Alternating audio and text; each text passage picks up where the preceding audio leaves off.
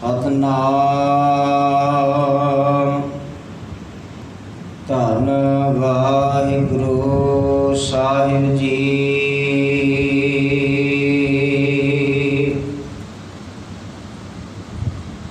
ਗੋਂਡ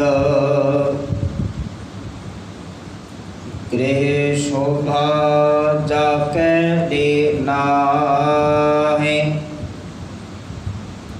ਆਵਤ पहिया फूते जाहे। वाकै अंतर नहीं संतोख,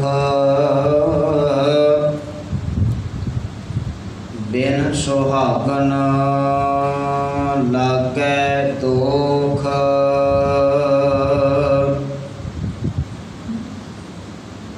गृह शोभा जाकै दे नाहि, आवत पहिया कूदे जाहि। वाकै अंतर नहीं संतोख, बिन सुहागन लागै दोख। ਧਨ ਸੁਹਾਗਨ ਮਹਾਪਵੀਤ, ਤਪੇ ਤਪੀਸਦ ਡੋਲੇ ਚੀਤ। ਰਹਾਉ ਸੁਹਾਗਨ ਕਿਰਪਨ ਕੀ ਪੂਤੀ, सेवक तज जगत स्यों सूती।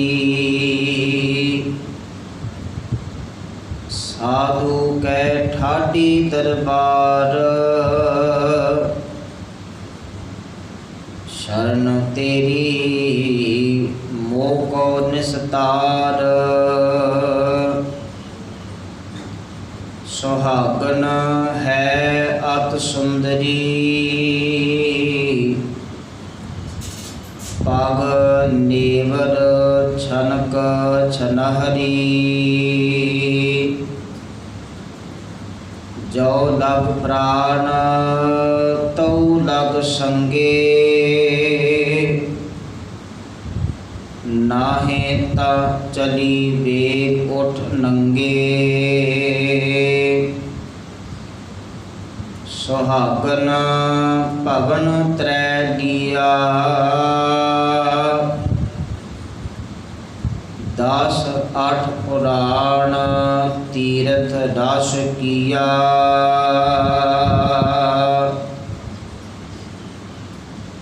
ब्रह्मा विष्णु महेश्वर वेदे,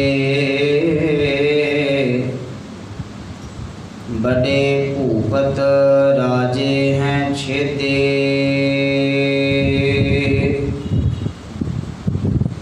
सुहागन उर्वार न पार,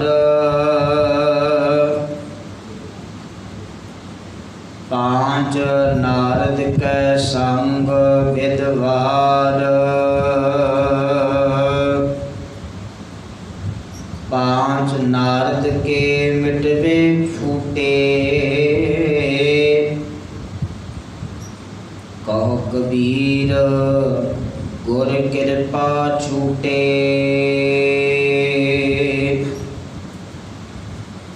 सुहागन उर्वार न पार, पांच नारद कै संग विद्वार। पांच नारद के मिटवे फूटे, कहो कबीर गुर कृपा छूटे। वाहिगुरू जी का खालसा, वाहिगुरू जी की फतेह। जुगो जुग अटल चवर छतर तख्त दे मालिक, हाजरा हजूर सर्व कला भरपूर सर्वे कायनात के प्रतिपालक गुरता गति ते शुभाईमान धन धन धन साहिब सतगुरु गुरु ग्रंथ साहिब महाराज जीओ की पावन पवित्र हजूरी अंदर रोजाना की तरह सजे हुए दीवान दियाँ हाजरियाँ भर रहे हाँ। गुरु चरणों के अंदर अरदास करके अज का जो मुबारक पावन पवित्र हुक्म असीं सारिਆਂ ने श्रवण किया है, ये अज का मुबारक पावन हुक्म सतगुरु जी के पावन अंक 872 ते शुभाईमान है। भगत कबीर साहिब जी की पावन रचना विचों उच्चारण किया होया ये पावन शब्द है।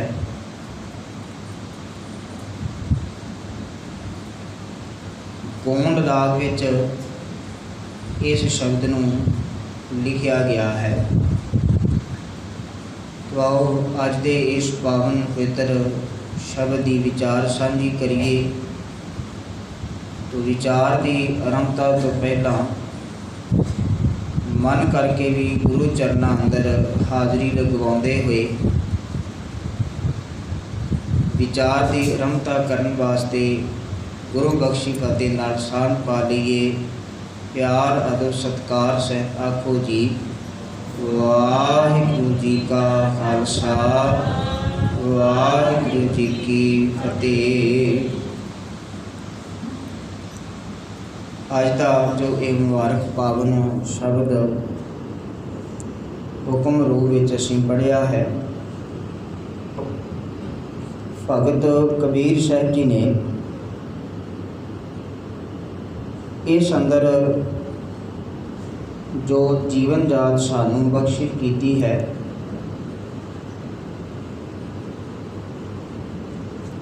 शब्द अंदर भगत जी ने इस कायनात के संसार के पसारे अंदर वरत रही माया के बाबत अज की विचार साझी की है।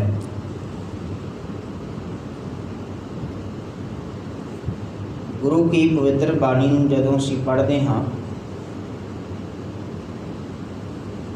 तो माया के दो रूप जिहड़े ने खास तौर पर उन्हां दा जिक्र सानू बाणी विचों मिलता है। गुर अमरदास पातशाह महाराज की पवित्र बाणी आनंद साहिब असीं हुणे जिसका पाठ सुनिया है, उस बाणी अंदर गुर अमरदास पातशाह जी ने इस गल नूं साझा कीता है ते आखते ने कि दुनिया की कायनात की ऐसी हर एक चीज़ माया है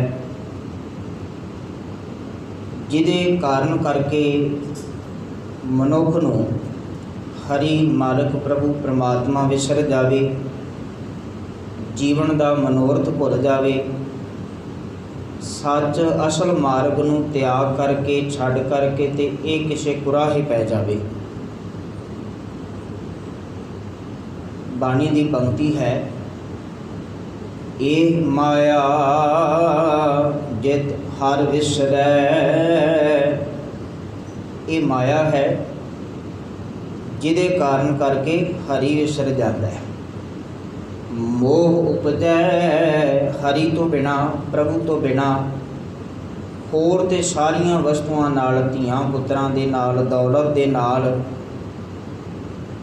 ये मोह पा लैंदा, प्यार पा लैंदा है। भाओ दूजा लाया तो प्रभु तो बिना इसनूं दूजा प्यार पैदा हो जाता है। एक माया रूप बाणी विच ये जिक्र किया है। फिर गुरु अमरदास पातशाह जी का ही एक होर श्लोक असीं कई बार हुक्म रूप विच भी सुनते हाँ।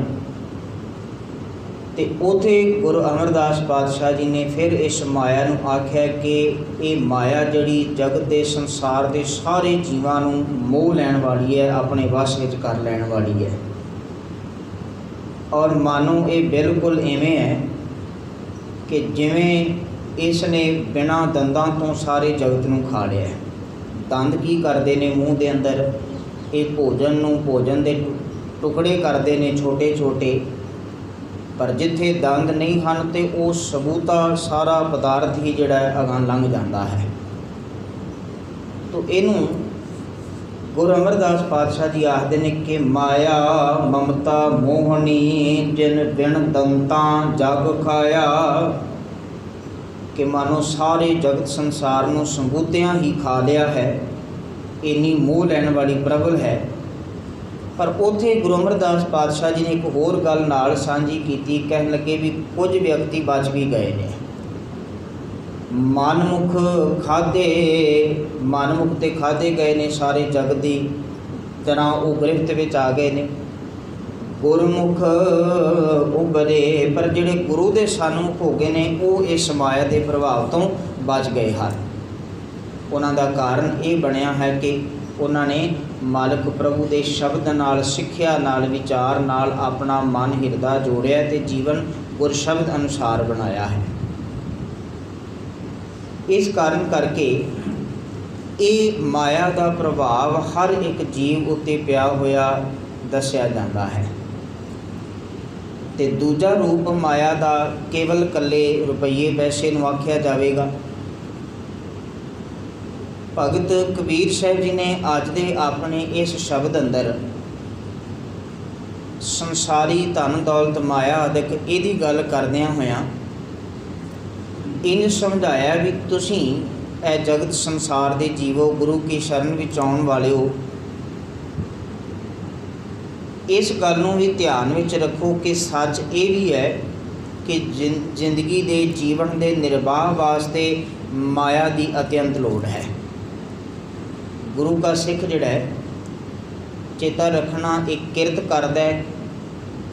ਕਿਰਤ ਕਰਕੇ ਜਿੱਥੇ ਆਪਣਾ ਜੀਵਨ ਦਾ ਨਿਰਵਾਹ ਕਰਦਾ ਹੈ, ਆਪਣਾ ਪੇਟ ਪਾਲਦਾ ਹੈ, ਆਪਣਾ ਘਰ ਪਰਿਵਾਰ, ਉਹਦੀ ਜ਼ਿੰਮੇਵਾਰੀ ਨੂੰ ਨਿਭਾਉਂਦਾ ਹੈ, ਉਥੇ ਆਪਣੀ ਕਿਰਤ ਦੇ ਵਿੱਚੋਂ ਹੀ ਕੁਝ ਹਿੱਸਾ ਲੋੜਵੰਦਾਂ ਵਾਸਤੇ ਵੀ ਰੱਖਦਾ ਹੈ। ਤੇ ਫਿਰ ਖਿਆਲ ਕਰਨਾ, ਭਗਤ ਜੀ ਨੇ ਅੱਜ ਇੱਥੇ ਇਸੇ ਗੱਲ ਨੂੰ ਸਾਂਝਾ ਕੀਤਾ। ਕਹਿਣ ਲੱਗੇ ਵੀ ਮਾਇਆ ਨੂੰ ਨਿੰਦਿਆ ਨਹੀਂ ਜਾ ਸਕਦਾ, ਉਹ ਧਨ ਦੌਲਤ ਆਦਿਕ ਇਸ ਨੂੰ ਕੋ ਮਾੜਾ, ਬਹੁਤਾ ਮਾੜਾ ਵੀ ਨਾ ਆਖਿਆ ਜਾਵੇ। ਤੇ ਭਗਤ ਜੀ ਨੇ ਤੇ ਅੱਜ ਇੱਥੇ ਪੰਕਤੀ ਜ਼ਾਹਰ ਕੀਤੀ ਹੈ, ਰਹਾਉ ਦੀ ਪੰਕਤੀ, ਜੋ ਸ਼ਬਦ ਦਾ ਕੇਂਦਰੀ ਭਾਵ ਹੈ, ਧਨ ਸੁਹਾਗਨ ਮਹਾਪਵੀਤ। ਭਗਤ ਜੀ ਤੇ ਇੱਥੇ ਆਖਦੇ ਨੇ ਵੀ ਉਹ ਧਨ ਹੈ। ਸੁਹਾਗਣ ਦਾ ਅਰਥ ਹੈ ਵੀ ਜਿਹੜੀ ਸਦਾ ਸੁਹਾਗਵਤੀ ਰਹਿੰਦੀ ਹੈ, ਜਿੱਦਾਂ ਪਤੀ ਖਸਮ ਕਦੀ ਮਰਦਾ ਨਹੀਂ ਹੈ। ਇਹਨੂੰ ਵੀ ਬਾਣੀ ਦੀ ਪੰਕਤੀ ਵਿੱਚੋਂ ਪੜ੍ਹ ਲਈਏ ਤੇ ਉਹਦੇ ਵਿੱਚ ਸਤਿਗੁਰੂ ਜੀ ਆਖਦੇ ਹਨ ਕਿ ਖਸਮ ਮਰੈ ਤੋ ਨਾਰ ਨ ਰੋਵੈ, ਉਸ ਰਖਵਾਰਾ ਔਰੋ ਹੋਵੈ। ਕਹਿੰਦੇ ਕਿ ਮਾਇਆ ਇਸ ਤਰ੍ਹਾਂ ਦੀ ਇਸਤਰੀ ਹੈ, ਇਸ ਤਰ੍ਹਾਂ ਦੀ ਸੁਹਾਗਣ ਹੈ ਕਿ ਇਹਦਾ ਖਸਮ, ਇਹਦਾ ਮਾਲਕ ਚੜ੍ਹਾਈ ਕਰ ਜਾਵੇ, ਮੌਤ ਉਹਦੀ ਹੋ ਜਾਵੇ ਤੇ ਇਹ ਰੁਦਨ ਨਹੀਂ ਕਰਦੀ, ਇਹ ਰੋਂਦੀ ਨਹੀਂ ਹੈ। ਇਹਨੂੰ ਪਤਾ ਹੈ ਵੀ ਮੇਰਾ ਤੇ ਰਾਖਾ ਪਹਿਲਾਂ ਹੀ ਤਿਆਰ ਬੈਠਾ ਹੈ। ਇਸ ਕਰਕੇ ਇੰਝ ਆਖੀਏ ਵੀ ਇਹ ਕਦੇ ਵਿਧਵਾ ਨਹੀਂ ਹੁੰਦੀ, ਇਹ ਹਮੇਸ਼ਾ ਸੁਹਾਗਣ ਰਹਿੰਦੀ ਹੈ। ਤੇ ਇਹਨੂੰ ਹੁਣ ਭਗਤ ਜੀ ਆਖਦੇ ਨੇ ਮਹਾਪਵੀਤ ਤੇ ਮਹਾਪਵਿੱਤਰ ਵੀ ਹੈ। ਨਾਲ ਪੰਕਤੀ ਹੈ, ਤਪੇ ਤਪੀਸਰ ਡੋਲੇ ਚੀਤ। ਕਹਿਣ ਲੱਗੇ ਵੱਡੇ ਵੱਡੇ ਤਪੀ ਤਪੀਸਰ ਆਦਿਕ ਜਿਹੜੇ ਨੇ, ਉਹਨਾਂ ਕੋਲ ਵੀ ਆਪਣੇ ਜੀਵਨ ਦੇ ਨਿਰਵਾਹ ਵਾਸਤੇ ਥੋੜ੍ਹੀ ਬਹੁਤੀ ਵੀ ਮਾਇਆ ਨਾ ਹੋਵੇ ਤੇ ਆਖਦੇ ਨੇ ਵੀ ਡੋਲੇ ਚੀਤ, ਉਹ ਵੀ ਘਬਰਾ ਜਾਂਦੇ ਨੇ। ਦੋਵੇਂ ਕਾਰਨ ਨੇ। ਮਨੁੱਖ ਬਹੁਤੀ ਮਾਇਆ ਵੇਖ ਕਰਕੇ ਵੀ ਆਪਣਾ ਅਸਲ ਜਿਹੜਾ ਭੁੱਲ ਬੈਠਦਾ ਹੈ, ਸੱਚ ਨੂੰ ਜੀਵਨ ਵਿੱਚੋਂ ਪਾਸੇ ਕਰ ਬੈਠਦਾ ਹੈ, ਹੰਕਾਰੀ ਹੋ ਜਾਂਦਾ ਹੈ। ਤੇ ਜੇ ਮਾਇਆ ਬਿਲਕੁਲ ਵੀ ਖਰਚਣ ਵਾਸਤੇ ਵੀ ਕੋਲ ਨਾ ਹੋਵੇ ਤੇ ਫਿਰ ਵੀ ਚਿੰਤਾ ਵਿੱਚ ਪੈ ਜਾਂਦਾ ਹੈ। ਸਤਿਗੁਰੂ ਗੁਰੂ ਨਾਨਕ ਸਾਹਿਬ ਮਹਾਰਾਜ ਨੇ ਇਹਦੇ ਬਾਬਤ ਸਾਨੂੰ ਮਾਰੂ ਰਾਗ ਵਿੱਚ ਇੰਝ ਸਮਝਾਇਆ ਹੈ। ਆਖਦੇ ਨੇ ਕਿ ਜਿਸ ਗ੍ਰਹਿ ਬਹੁਤੀ ਸੋ ਫਿਰੈ ਚਿੰਤਾ, ਜਿਹਦੇ ਕੋਲ ਬਹੁਤੀ ਹੈ ਉਹ ਚਿੰਤਾ ਵਿੱਚ ਹੈ ਕਿ ਇਹਨੂੰ ਕੋਈ ਚੁਰਾ ਕੇ ਨਾ ਲੈ ਜਾਵੇ, ਇਹਨੂੰ ਕੋਈ ਅੱਗ ਨਾ ਲੱਗ ਜਾਵੇ, ਖਤਮ ਨਾ ਹੋ ਜਾਵੇ। ਤੇ ਜਿਹਦੇ ਘਰ ਵਿੱਚ ਥੋੜ੍ਹੀ ਹੈ, ਜਿਸ ਗ੍ਰਹਿ ਥੋੜ੍ਹੀ ਸੋ ਫਿਰੈ ਭ੍ਰਮੰਤਾ, ਜਿਹਦੇ ਕੋਲ ਥੋੜ੍ਹੀ ਹੈ ਤੇ ਵਿਚਾਰਾ ਭਟਕਦਾ ਫਿਰਦਾ ਵੀ ਹੋਰ ਆ ਜਾਵੇ। ਜੀਵਨ ਨਿਰਵਾਹ ਬੜਾ ਮੁਸ਼ਕਿਲ ਹੋਇਆ ਪਿਆ। ਸੁਹੇਲਾ ਸੁਖੀ ਜੀਵਨ ਵਾਲਾ ਕੇਵਲ ਉਹ ਹੈ ਜਿਹੜਾ ਇਹਨਾਂ ਦੋਵਾਂ ਵਿਵਸਥਾਵਾਂ ਤੋਂ ਮੁਕਤਾ ਹੈ। ਦੋਹੂੰ ਵਿਵਸਥਾ ਤੇ ਜੋ ਮੁਕਤਾ, ਸੋਈ ਸੁਹੇਲਾ ਭਾਲੀ ਹੈ। ਜਿਹੜਾ ਇਹਨਾਂ ਦੋਵਾਂ ਅਵਸਥਾਵਾਂ ਤੋਂ ਮੁਕਤ ਹੈ ਉਹ ਸੁਖੀ ਜੀਵਨ ਵਾਲਾ ਹੈ। ਆਖਣ ਤੋਂ ਭਾਵ ਜਿਹਦੇ ਕੋਲ ਇੰਨਾ ਮਾਇਆ ਦਾ ਢੇਰ ਨਹੀਂ ਹੈ ਵੀ ਉਹ ਹੰਕਾਰੀ ਹੋ ਜਾਵੇ, ਤੇ ਜਿਹਦੇ ਕੋਲ ਇੰਨੀ ਕੁ ਮਾਇਆ ਦੀ ਕਮੀ ਨਹੀਂ ਹੈ ਵੀ ਉਹ ਮੰਗਤਾ ਬਣ ਜਾਵੇ, ਐਸਾ ਨਹੀਂ ਹੈ। ਗੁਰੂ ਕਾ ਸਿੱਖ ਕਿਰਤੀ ਹੈ ਤੇ ਕਿਰਤ ਕਰਕੇ ਆਪਣੇ ਜੀਵਨ ਦਾ ਨਿਰਵਾਹ ਕਰਦਾ ਹੈ। ਇੱਕ ਗੱਲ ਹੋਰ ਕਹਿ ਕੇ ਮੈਂ ਸ਼ਬਦ ਦੀ ਪੰਕਤੀ ਵਾਲੇ ਪਾਸੇ ਆਵਾਂਗਾ। ਗੁਰੂ ਹਰਗੋਬਿੰਦ ਸਾਹਿਬ ਮਹਾਰਾਜ ਨੇ ਸਿੱਖਾਂ ਦੇ ਪ੍ਰਸ਼ਨ ਕੀਤੇ ਜਾਣ ਉੱਤੇ ਜਵਾਬ ਦਿੱਤਾ ਸੀ। ਸਿੱਖਾਂ ਦਾ ਸਵਾਲ ਸੀ ਵੀ ਸਿੱਖ ਕੋਲ ਕਿੰਨੀ ਕੁ ਮਾਇਆ ਚਾਹੀਦੀ ਹੈ, ਤੇ ਉਹਨਾਂ ਨੇ ਬੜੇ ਸੌਖੇ ਲਫ਼ਜ਼ਾਂ ਵਿੱਚ ਜ਼ਿਕਰ ਕੀਤਾ ਸੀ ਵੀ ਸਿੱਖ ਕੋਲ ਇੰਨੀ ਕੁ ਮਾਇਆ ਹੋਵੇ ਵੀ ਉਹਦੇ ਆਪਣੇ ਖਾਣ ਵਾਸਤੇ ਥੋੜ੍ਹੇ ਨਾ, ਬਹੁਤਾ ਜੁੜੇ ਨਾ, ਤੇ ਭੁੱਖਾ ਉਹਦੇ ਘਰੋਂ ਕੋਈ ਮੁੜੇ ਨਾ। ਆਪਣੇ ਖਾਣ ਵਾਸਤੇ ਵੀ ਘਾਟਾ ਨਾ ਹੋਵੇ ਵੀ ਉਹਨੂੰ ਮੰਗਣ ਨਾ ਜਾਣਾ ਪਵੇ, ਤੇ ਇੰਨੀ ਵੀ ਨਾ ਹੋਵੇ ਕਿ ਜਿਹਦੇ ਕਾਰਨ ਕਰਕੇ ਝਗੜੇ ਆਦਿਕ ਪੈਦਾ ਹੋ ਜਾਣ। ਤੇ ਨਾਲ ਫਿਰ ਤੀਜੀ ਗੱਲ ਵਿੱਚ ਉਹਨਾਂ ਜ਼ਿਕਰ ਕੀਤਾ ਵੀ ਸਿੱਖ ਦੇ ਘਰ ਵਿੱਚ ਕੋਈ ਰਾਹੀ ਪਾਂਧੀ ਕੋਈ ਲੋੜਵੰਦ ਆ ਜਾਵੇ ਤੇ ਉਹਨੂੰ ਖਵਾਉਣ ਜੋਗਾ ਉਸ ਕੋਲ ਭੋਜਨ ਇੰਨੀ ਕੁ ਮਾਇਆ ਤੇ ਜ਼ਰੂਰ ਹੋਵੇ। ਤੋ ਅੱਜ ਇੱਥੇ ਇਸੇ ਗੱਲ ਨੂੰ ਹੀ ਭਗਤ ਜੀ ਨੇ ਸਾਨੂੰ ਸਾਂਝਾ ਕੀਤਾ ਹੈ ਕਿ ਜੀਵਨ ਨਿਰਵਾਹ ਦੇ ਵਾਸਤੇ ਮਾਇਆ ਅਤਿਅੰਤ ਜ਼ਰੂਰੀ ਹੈ। ਪਹਿਲੀ ਪੰਕਤੀ ਸ਼ਬਦ ਦੀ ਗ੍ਰਹਿ ਸ਼ੋਭਾ ਜਾ ਕੈ ਦੇ ਨਾਹੇ। ਗ੍ਰਹਿ ਦਾ ਅਰਥ ਹੈ ਘਰ। ਯਾਦ ਰੱਖਣਾ, ਆਮ ਤੌਰ 'ਤੇ ਇਸ ਅੱਖਰ ਨੂੰ ਸਾਰੇ ਹੀ ਗ੍ਰਹਿ ਪਾਠ ਕਰਦੇ ਨੇ। ਇਹ ਗੱਲ ਦਾ ਬੜਾ ਖਿਆਲ ਰੱਖਣ ਵਾਸਤੇ ਹੈ। ਗ੍ਰਹਿ ਅੱਖਰ ਜਿਹਦੇ ਅਰਥ ਨੇ ਘਰ। ਗ੍ਰਹਿ ਸ਼ੋਭਾ ਜਾ ਕੈ ਰੇ ਨਾਹੀ। ਤੋ ਭਗਤ ਜੀ ਆਖਦੇ ਨੇ ਇਹ ਮਾਇਆ ਵਾਲੀ ਸ਼ੋਭਾ, ਮਾਇਆ ਵਾਲੀ ਵਡਿਆਈ ਜਿਸ ਦੇ ਘਰ ਵਿੱਚ ਨਹੀਂ ਹੈ, ਤੇ ਉੱਥੇ ਇੰਜ ਹੁੰਦਾ ਵੀ ਆਵਤ ਪਹੀਆ ਖੂਦੇ ਜਾਹੇ। ਪਹੀਆ ਦਾ ਅਰਥ ਹੈ ਕੋਈ ਰਾਹੀ, ਕੋਈ ਮੁਸਾਫਰ, ਜਾਂ ਇੰਜ ਆਖ ਲਈਏ ਵੀ ਉਹਦੇ ਆਪਣੇ ਘਰ ਦੇ ਵਿੱਚ ਉਹਦਾ ਕੋਈ ਆਪਣਾ ਰਿਸ਼ਤੇਦਾਰ ਕੋਈ ਮਿੱਤਰ ਆ ਜਾਵੇ ਤੇ ਉਹ ਵੀ ਵਿਚਾਰੇ ਖੂਦੇ ਜਾਹੇ। ਖੂਦੇ ਦਾ ਅਰਥ ਹੈ ਭੁੱਖੇ ਹੀ ਚਲੇ ਜਾਂਦੇ ਹਨ, ਭਾਵ ਦੁਖੀ ਹੋ ਕਰਕੇ ਤੁਰਦੇ ਨੇ। ਵਾਗੈ ਅੰਤਰ ਨਹੀਂ ਸੰਤੋਖ। ਤੇ ਆਖਦੇ ਨੇ ਵੀ ਜਿਸ ਘਰ ਦੇ ਵਿੱਚ ਇਹ ਮਾਇਆ ਗੁਜ਼ਰਾਣ ਜੋਗੀ ਵੀ ਨਾ ਹੋਵੇ, ਤੇ ਕੋਈ ਵਿਅਕਤੀ ਹੋਰ ਜਿਹੜਾ ਵੀ ਉਹਦੇ ਘਰ ਵਿੱਚ ਆਉਣਾ ਪਸੰਦ ਨਹੀਂ ਕਰਦਾ, ਉਹਦੇ ਨਾਲ ਦੋਸਤੀ ਮਿੱਤਰਤਾ ਬਣਾਉਣੀ ਪਸੰਦ ਨਹੀਂ ਕਰਦਾ, ਇੱਥੋਂ ਤੱਕ ਕਿ ਵੀ ਮਾਇਆ ਦਾ ਇਹ ਵਰਤਾਵਾ ਉਹਦੇ ਕੋਲੋਂ ਘਟ ਜਾਵੇ, ਤੇ ਰਿਸ਼ਤੇਦਾਰ ਵੀ ਜਿਹੜੇ ਨੇ ਉਹ ਵੀ ਇੱਥੇ ਆ ਕਰਕੇ ਨਹੀਂ ਵੜਦੇ, ਉਹ ਵੀ ਵਰਤਾਵਾ ਨਹੀਂ ਕਰਦੇ। ਤੋ ਭਗਤ ਜੀ ਆਖਦੇ ਨੇ ਵਾਕੈ ਅੰਤਰ ਨਹੀਂ ਸੰਤੋਖ। ਤੇ ਜਿਸ ਦੇ ਕੋਲ ਇਹ ਗੁਜਰਾਨ ਜੋਗੀ ਮਾਇਆ ਨਹੀਂ ਹੈ, ਉਹਦੇ ਅੰਦਰ ਫਿਰ ਅੰਦਰ ਸੰਤੋਖ ਨਹੀਂ ਬਣਦਾ, ਧਰਵਾਸਾ ਧੀਰਜ ਨਹੀਂ ਬਣਦਾ, ਸਗੋਂ ਚਿੰਤਾ ਵਿੱਚ ਤੇ ਦੁਖੀ ਹੋਇਆ ਫਿਰਦਾ। ਬਿਨ ਸੁਹਾਗਣ ਲਾਗੈ ਦੋਖ। ਇਸ ਸੁਹਾਗਣ ਮਾਇਆ ਤੋਂ ਬਿਨਾਂ ਉਹ ਵਿਚਾਰਾ ਦੁਖੀ ਹੁੰਦਾ ਫਿਰਦਾ। ਇਸ ਕਰਕੇ ਜਿੰਨੀ ਕੁ ਜੀਵਨ ਦੇ ਨਿਰਵਾਹ ਵਾਸਤੇ ਲੋੜ ਹੈ, ਇੰਨੀ ਕੁ ਮਾਇਆ ਤੇ ਘਰ ਵਿੱਚ ਚਾਹੀਦੀ ਹੈ। ਪਰ ਨਾਲ ਗੁਰੂ ਸਾਹਿਬ ਦੀ ਪਵਿੱਤਰ ਬਾਣੀ ਦਾ ਅਸੀਂ ਇਸ ਵਿਚਾਰ ਨੂੰ ਵੀ ਧਿਆਨ ਵਿੱਚ ਰੱਖੀਏ ਵੀ ਉਸ ਮਾਇਆ ਦਾ ਆਧਾਰ ਕਿਤੇ ਪਾਪ ਨਾ ਹੋਵੇ, ਉਸ ਮਾਇਆ ਦਾ ਆਧਾਰ ਠੱਗੀ ਨਾ ਹੋਵੇ, ਉਸ ਮਾਇਆ ਦਾ ਆਧਾਰ ਚੋਰੀ ਨਾ ਹੋਵੇ, ਸਗੋਂ ਕਿਰਤ ਕਰਕੇ ਖਾਣ ਵਾਲਾ ਵਿਅਕਤੀ ਜਿਹੜਾ ਵੀ ਕਿਰਤੀ ਦੇ ਘਰ ਦੀ ਮਾਇਆ ਜਿਹੜੀ ਹੈ ਉਹ ਪ੍ਰਵਾਨ ਹੈ। ਮੈਂ ਨਾਲ ਬੇਨਤੀ ਕਰਦਿਆਂ ਗੁਰੂ ਨਾਨਕ ਸਾਹਿਬ ਮਹਾਰਾਜ ਕਿਰਤ ਕਰਨ ਵਾਲੇ ਨੂੰ ਪਹਿਲ ਦਿੱਤੀ ਹੈ। ਜਿਸ ਵਕਤ ਜਗਤ ਸੰਸਾਰ ਨੂੰ ਤਾਰਨ ਵਾਸਤੇ है करदी सुनी लुकाई बाजों गुरु गुबार है। इस तरह का हालात उन्होंने जगत का वेख्या तो जग जलंदे ने तारन वास्ते जो तुरे ने तो ख्याल करना सब तो पहली बार जिथे रुके ने तो वो एक किरती का घर है भाई लालो, किरती के घर में जा करके रुके ने। तो मैं तो कई बारी भी बेनती साझी की है कि उस ही नगर के अंदर मलक भागों ने ब्रह्म भोज किया, जिहड़ा कि गरीबां दा खून चोड़दा है, जुल्म करदा है, धक्केशाहियां करदा है, रिश्वतखोरियां दे नाल ठगियां दे नाल वो माया इकट्ठी करदा है, तो उस माया दे नाल उन्हें ब्रह्म भोज किया होया है। तो सारे एमनाबाद नूं उसने आवाज़ मारी है भी मेरे घर आ करके भोजन किया जाए। तो उस वक्त गुरु नानक साहब महाराज भी उत्थे ने, ते आखदे ने भी उन्होंने भी बुलावा भेजा गया। 3 बार बुलावा भेजण ते भी गुरु नानक साहब जी नहीं गए। उस साखी नूं असीं सारे जानते ही हाँ। गुरु साहब ने उस वक्त जिहड़ा है उहदे घर जिहड़ा ना जाना इस कारण करके रखिया है भी उहदे घर दा भोजन उहदे घर दा वो तैयार किया गया ब्रह्म भोज आदि जिहड़ा मैनू परवार नहीं भी जिहड़ा किसी गरीब दा खून निचोड़िया होया है, जिहड़ा किसी दे नाल ठगी करके रिश्वत करके इकट्ठा किया होया भी अजिहा गुरु नूं परवार नहीं है। तो मैं बेनती साझी अक्सर की है कि सतगुरु गुरु नानक साहब महाराज ने इस गल नूं दर्शा दिता है भी जिहड़े व्यक्ति ठगी चोरी आदि करके रिश्वतखोरियां दे नाल घर विच माया लै करके आउंदे ने, उन्हां दे बुलावियां ते वार-वार बुलावियां ते भी गुरु उन्हां दे घर विच नहीं जाता। पर जिहड़ा किरत करदा है, किरत करके जीवन निर्वाह करदा है, जिस कोल ठगी ठोरी चोरी आदिक नहीं है, तो चेता रखना उस किरती के घर विच गुरु नानक साहब बिना बुलाया भी आया। बिल्कुल गल जिहड़ी साझी हो जाती है। किरती के घर विच गुरु आप चल करके आउंदा है, तो जिहड़ा किरती नहीं है ठगियां ठोरियां चोरियां आदि करदा है तो उहदे घर विच गुरु बुलाया भी नहीं जाता। तो भगत जी ने अज इत्थे जिक्र कर दिता है, किरपा कर दी है भी किरत करन वाला जिहड़ा है वो अपने जीवन निर्वाह जदों करदा ते माया का आधार साडा जिहड़ा भी वो ठगी ठोरी चोरी आदिक ना होवे।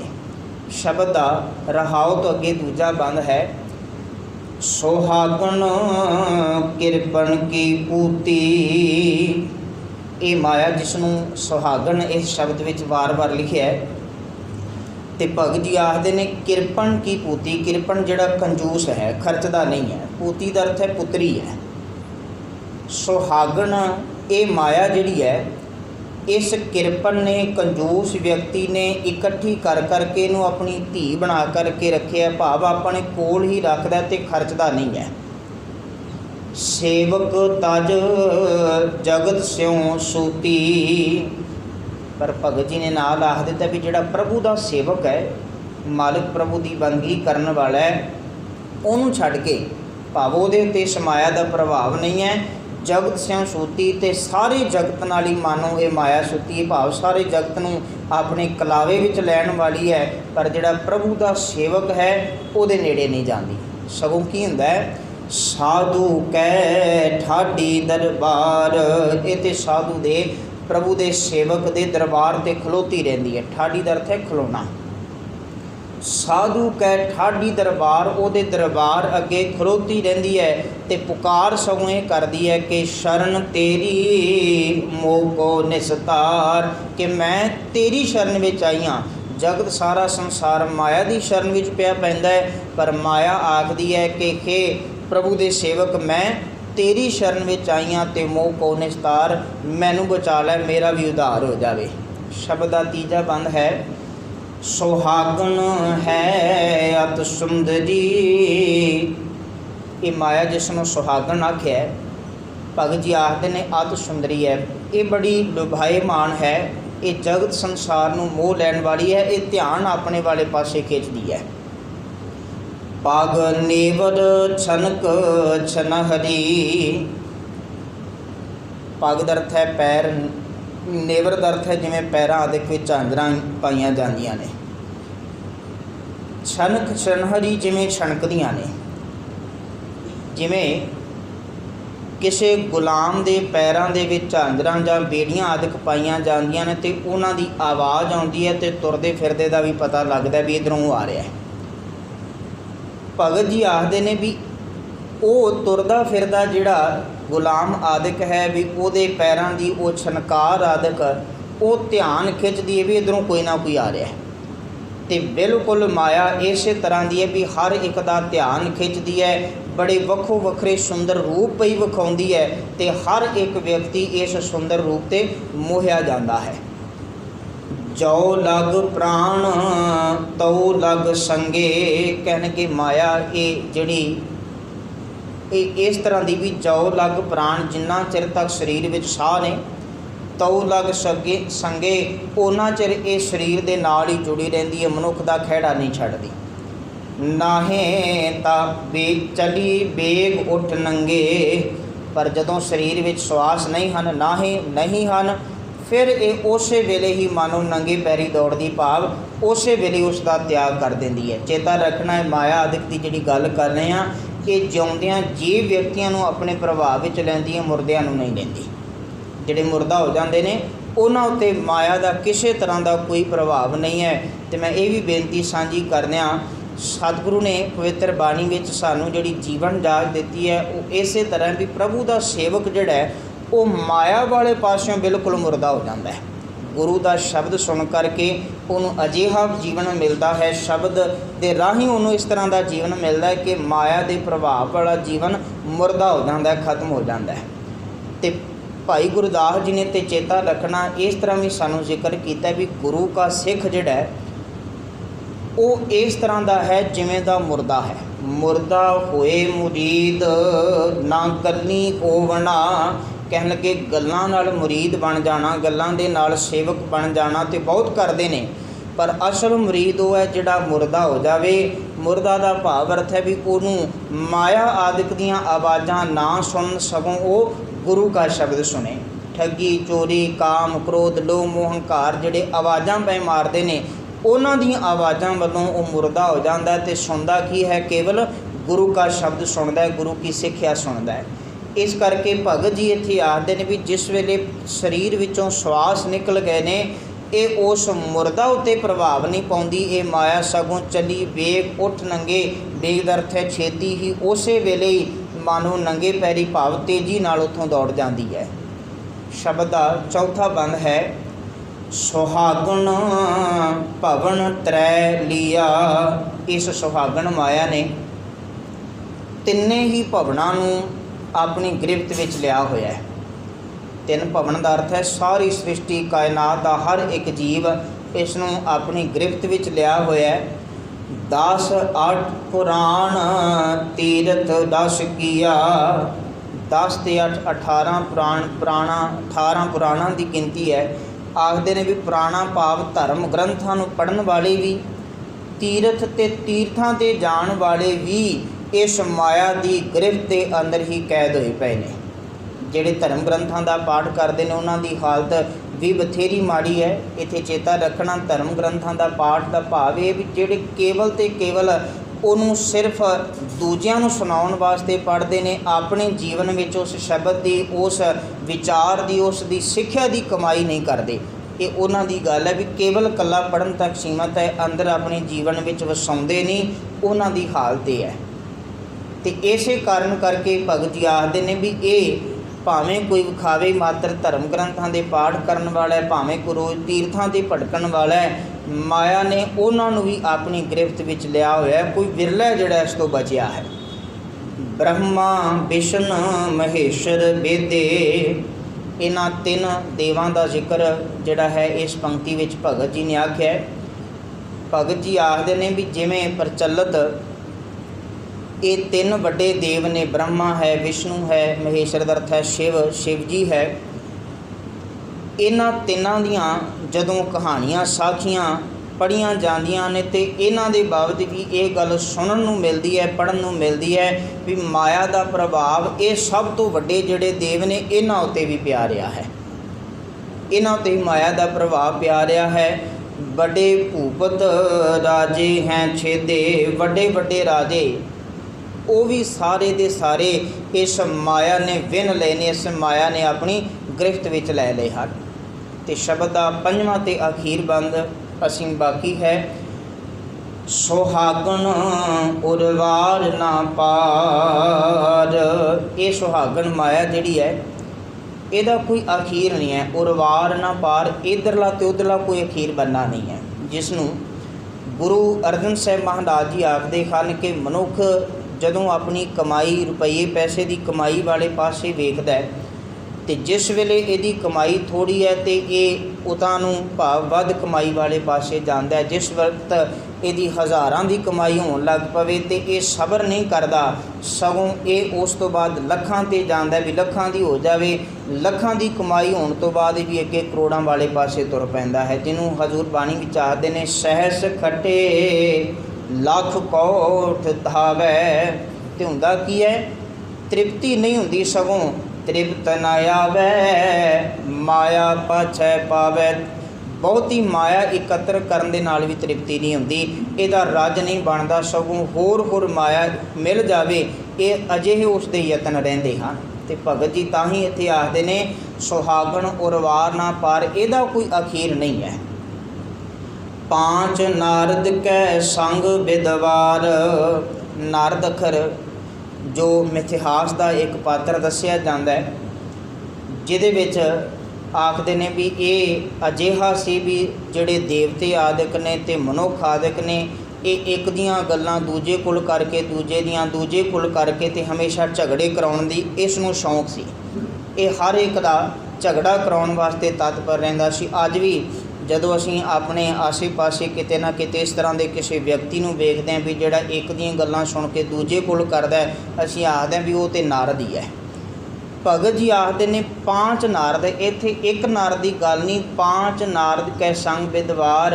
ਆਖਦੇ ਨੇ ਵੀ ਇਹ ਸਰੀਰ ਦੇ ਜਿਹੜੇ ਪੰਜੇ ਇੰਦਰੇ ਨੇ, ਇਹਨਾਂ ਪੰਜੇ ਇੰਦਰੀਆਂ ਦੇ ਵਿੱਚ ਇਹ ਮਾਇਆ ਨਾਰਦ ਬਣ ਕਰਕੇ, ਬਿਦਵਾਰ ਦਾ ਅਰਥ ਹੈ ਮਿਲੀ ਹੋਈ ਹੈ, ਵੀ ਇਹ ਹਮੇਸ਼ਾ ਝਗੜੇ ਹੀ ਪੈਦਾ ਕਰਦੀ ਹੈ।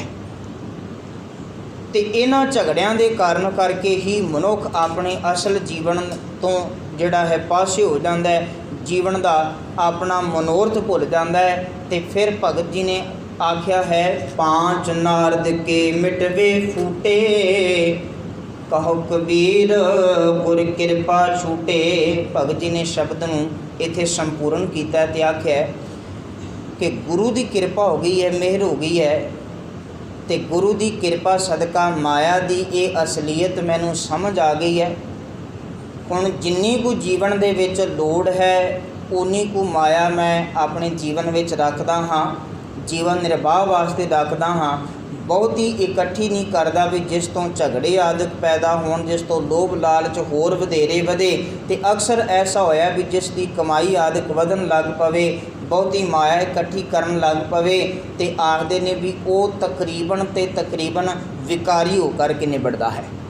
ਤੇ ਭਗਤ ਜੀ ਆਖਦੇ ਨੇ ਵੀ ਉਹ ਅਸਲੀਅਤ ਮੈਨੂੰ ਗੁਰੂ ਨੇ ਸਮਝਾ ਦਿੱਤੀ ਹੈ ਤੇ ਇਸ ਮਾਇਆ ਦੀ ਗ੍ਰਿਫਤ ਤੋਂ ਛੁੱਟ ਗਿਆ। ਤੇ ਪਾਂਚ ਨਾਰਦ ਕੇ ਮਿਟਵੇ ਫੂਟੇ, ਜਿੱਥੇ ਇਹ ਗਿਆਨ ਇੰਦਰੀ ਆਦਿਕ ਜਿਹੜੇ ਸਨ, ਜਿਨ੍ਹਾਂ ਵਿੱਚ ਮਾਇਆ ਦਾ ਭੋਜਨ, ਮਾਇਆ ਦੇ ਪਦਾਰਥ ਮਾਨੋ ਇਹ ਪਏ ਰਹਿੰਦੇ ਸਨ, ਮਾਇਆ ਦਾ ਪ੍ਰਭਾਵ ਪਿਆ ਰਹਿੰਦਾ ਸੀ, ਤਾਂ ਮਾਨੋ ਹੁਣ ਉਹਨਾਂ ਦੇ ਇਹ ਭਾਂਡੇ ਹੀ ਟੁੱਟ ਗਏ ਨੇ।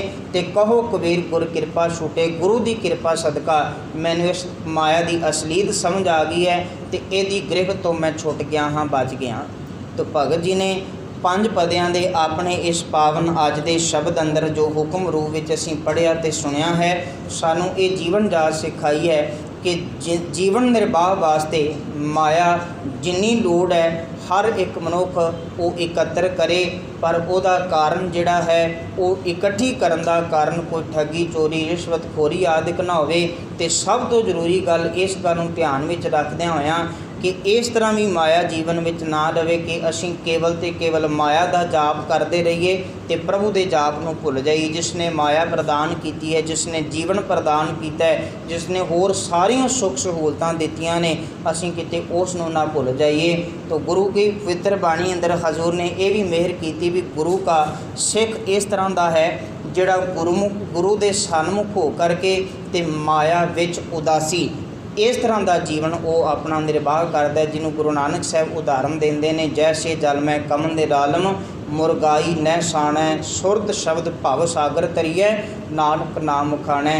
सुरती विच गुरु का शब्द होवे, गुरु की सिक्ख्या होवे, गुरु का सिख किरती होवे, किरत करके खाण वाला, ईमानदारी की कमाई करन वाला ते लोड़वंदां विच वरताउण वाला, मदद करन वाला भी होवे।